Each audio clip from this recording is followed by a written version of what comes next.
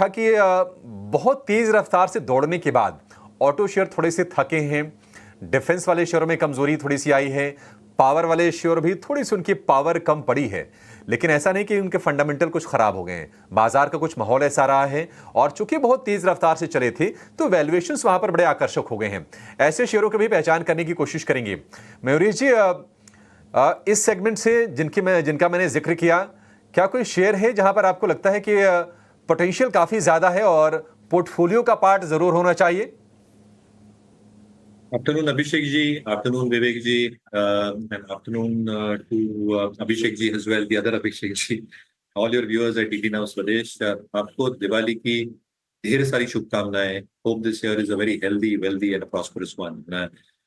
Power as a sector has a lot of tailwinds for it, Abhishek ji. तो जितनी भी हम बात करें in terms of expansion of renewable capacities, तो 180 गीगावाट से 500 गीगावाट हो, ट्रांसमिशन एंड डिस्ट्रीब्यूशन के लिए केपेक्स या laying down of more lines, तो ये पूरी जो पावर चेन है, जनरेटर से लेके ट्रांसमिशन नेटवर्क से लेके ईपीसी प्लेस तक, I think all of them should incrementally see order flows coming their way and substantial earnings improvement.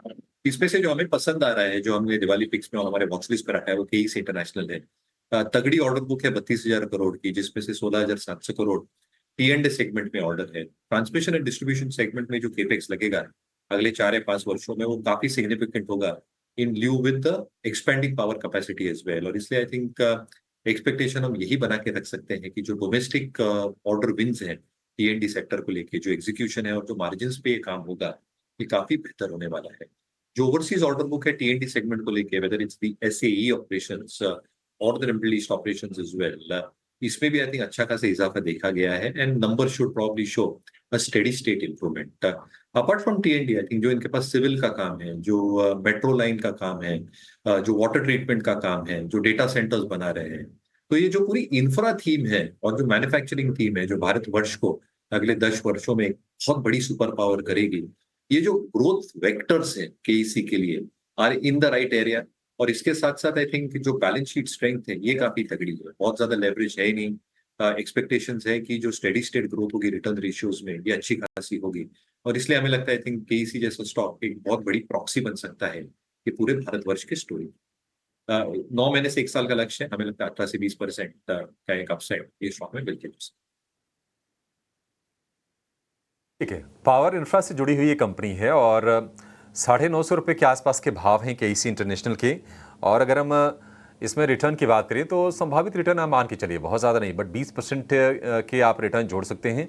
1145 रुपये का इसमें आपके लिए टारगेट बनेगा। एक फंडामेंटली बढ़िया शेयर, अच्छे पेरेंटेज वाला ये शेयर है और निश्चित तौर पर ग्रोथ को लेकर यहाँ से सवाल नहीं होने चाहिए, क्योंकि एक बजिंग सेगमेंट है और काफ़ी कुछ किया जाना बाकी है अभी भी इलेक्ट्रिफिकेशन के क्षेत्र में, और कंपनी के लिए नए नए मौके यहाँ से निकल के आते रहेंगे। आपको भी बैंकिंग में कोई ऐसा शेयर लग रहा है जो आपके हिसाब से अंडर वैल्यूड हो, जहां पर पोटेंशियल ह्यूज हो और फटने को हम कह सकते हैं तैयार हो आगे चलकर?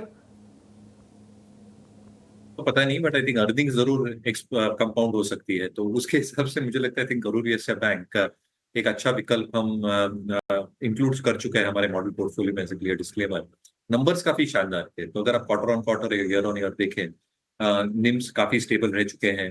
एसेट क्वालिटी में जो प्रेशर्स है वो क्वार्टर ऑन क्वार्टर भी कम हुए हैं। प्रोविजनिंग अच्छा खासा बढ़ा है 96% एडवांसेस ग्रोथ, डिपॉजिट ग्रोथ में इजाफा देखा गया है year on year, quarter on quarter as well. Now सबसे मजे की बात है कि जो इनका लाइबिलिटी फ्रेंचाइज है बहुत ग्रैन्युलर है, with in 1 crore and below almost 75% of the book है। और इसकी वजह से आई थिंक एक जो ग्रैन्युलरिटी मिलती है डिपॉजिट बेस में, ये काफी तगड़ी मिलती है। एट द सेम टाइम अगर आप एडवांसेस देखेंगे तो with in the advances bucket also I think जो 5 करोड़ के ऊपर की एक बड़ी साइज है टिकट साइज, वो भी काफी कम है compare to the book, overall book. और इसलिए मुझे लगता है आई थिंक जो ओवरऑल ग्रोथ डायनामिक्स है as growth vectors for the bank as a whole can expand quite meaningfully. दूसरी बात आप ये देखिए कि आई थिंक इनकी जो कैपिटल एडिक्वेसी है एट दिस जंक्चर, ये काफी डिसेंटली प्लेस्ड है। और अगर हम एक्सपेंशन की बात करते हैं तो कहीं ना कहीं आई थिंक एक तो branch network along with digitalization जो काफी मुहिम रखता है in terms of keeping your costs under check, ये एक बहुत बड़ा फैक्टर रह सकता है for the bank going forward as well.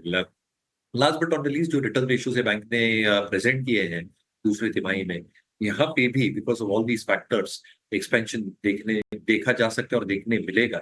और इसलिए हमें लगता है both from a valuation perspective and from a price point perspective, जो EPS rating, RS rating, institution holding हम कैंसलिंग में देखते हैं, ये काफी पैरामीटर्स करूर वैसे बैंक में मिलते हैं। तो यहाँ पे भी हमें लगता है कि अच्छा खासा स्कोर हो सकता है।